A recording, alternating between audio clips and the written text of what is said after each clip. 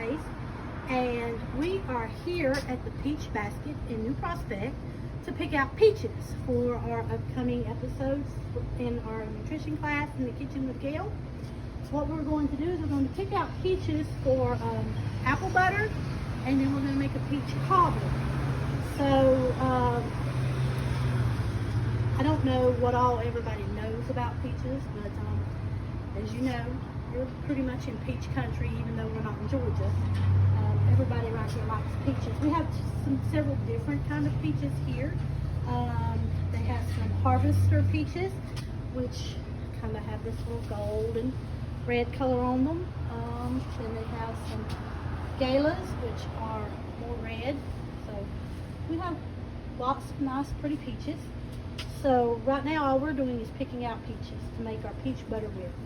So I kind of like these harvester. They're nice, firm peaches. We're not making the peaches today, so I don't want mushy peaches. So these are nice. But then again, so are these Gailas. My guess is these might be just a little bit more sweeter. So today we're going to get these harvesters, and from right down here in New Prospect. And as you can see, we'll get it up close with the peaches. As you can see, these are some really nice big peaches, and they're all very firm. And because I'm not making my peach butter today, I don't want them to be too soft. So I'm going to take them back today. I'm going to wash them and put them in the cooler, and then we'll be back later to make some peach butter. Thank you. We soaked our peaches in boiling hot water for about 5 minutes. Then I drained them off, and as you can see, that peeling just slips right off. The peeling on the peaches just kind of slips right off. You just take your knife and pull that peeling off, and now they're all cut up and in this pan. And we're going to go right over here to the blender or the food processor. So, here like that. And like I said, you can do this at any point in time if you want to start cooking them first. The most important thing is you do not want a lot of liquid in this. But some people like to start cooking right away. I go ahead and do mine, and I don't do mine fine. There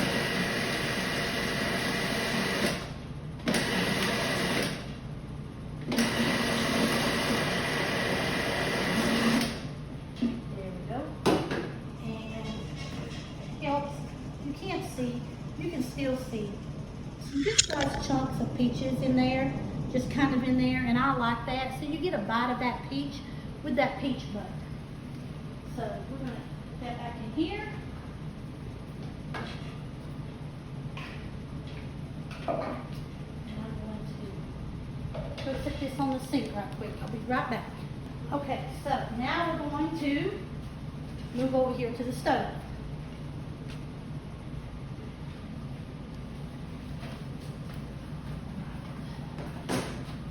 So the recipe I'm using here for this one calls for about 4 to 6 cups of peaches, more or less. I'm going to put that in there, just like that. Set this over here out of the way. And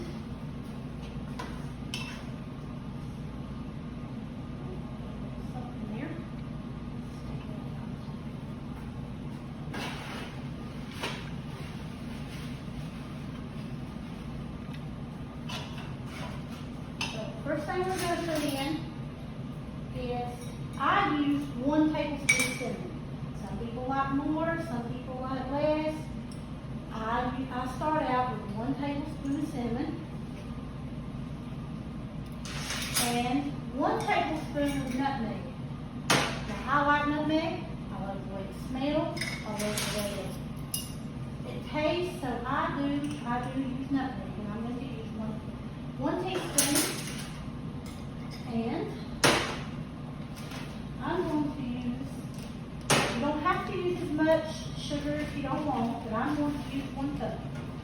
Now, most recipes will call for just regular white sugar. I use brown sugar. I like brown sugar. I like the way it makes everything look. I think it makes it taste better. So, that in there. And we're going to stick that over here on our stove to cook.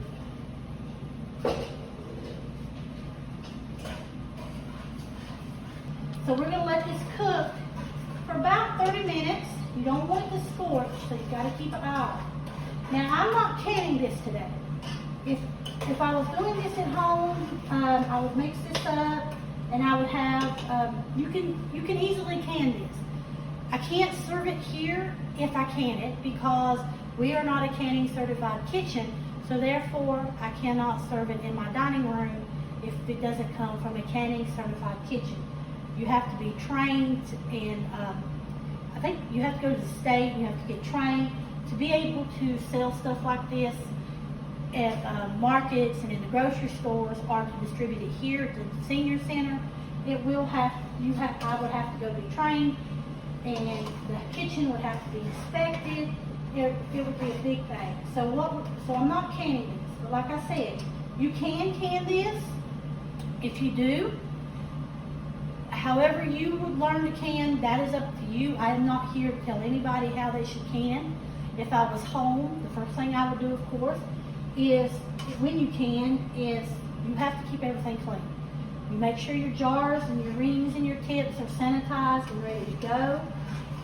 All your utensils that you're using are sanitized and clean, because you don't want to put the time and the money that it takes into canning something and have it go bad on you.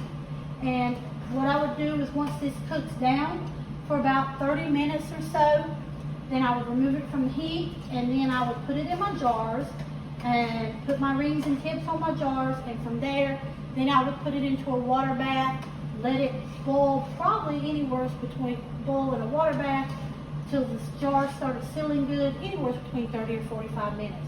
Now, some people may want to pressure can that. That is fine. If you're more comfortable pressure canning it, then go right ahead and pressure can it. And however you want to pressure can it, that is up to you. Some people like electric canners, some people like stovetop canners. That, again, that is up to you. When I use my canner, I usually just use it outside because it makes the kitchen so hot. So I have a gas burner outside. And when I first started canning at home by myself, I used to make the kids so mad. My boys and my niece lived with me there for a little while, and I would make them all go outside and stay outside the whole time I was canning, because I would hear all the horror stories of the pressure cooker where the top had blowed off and went through the roof, and I would make them all stay outside when I canned. But this is cooking pretty good right now, and just to let you look, you see where that brown sugar added that nice caramel color, and you can see those chunks of peaches in there, and you can smell the cinnamon and nutmeg. Now, so set this back here. And one thing you can do is, once it starts to cook, you can taste it. You can always taste it so that you can add a little bit more. Oh yeah, that's good. That doesn't mean anything. If you taste it and you think that you don't have enough seasoning, enough cinnamon or anything, you can always put more. You can always add a little bit more sugar. But if you add more, just do it a little at a time. Don't do a lot. So this is going to cook down for about 30 minutes, and then we're going to take it off the heat and put vanilla in it. Alright, so we're going to remove this from the heat. We're going to bring it right over here, and it calls for half a teaspoon of vanilla. But I'm right off the top to tell you I'm doing a teaspoon of vanilla. To me, a half a teaspoon of vanilla is never enough. And I probably just did two because I like vanilla. As you know, I do like vanilla. Oh, you put that in there, you can smell it now. As soon as you put that vanilla in there, you can really smell it. So, we cook that up, and you can see it's a pretty brown color. There's big chunks of peaches in there, still good size, so that when you eat it, when you put that on a biscuit, You got a bite of that peach along with the sugar and the other stuff that's in there. And that is how, now all I'm going to do, put it in this container here because we're going to use this next week to share with everybody else here at the meeting place at the senior center. And in case you don't know, then yes, we are open now. We're serving lunch. So next week, if y'all come in for coffee, I may have some biscuits and peach butter setting out for you that morning to go with your coffee. Because like I said, as long as I do this let this cool, put it in the refrigerator, I can serve it here. But this recipe can be canned. And next time around, we're going to be doing a peach cobbler. So we'll be back in a little while to do that peach cobbler.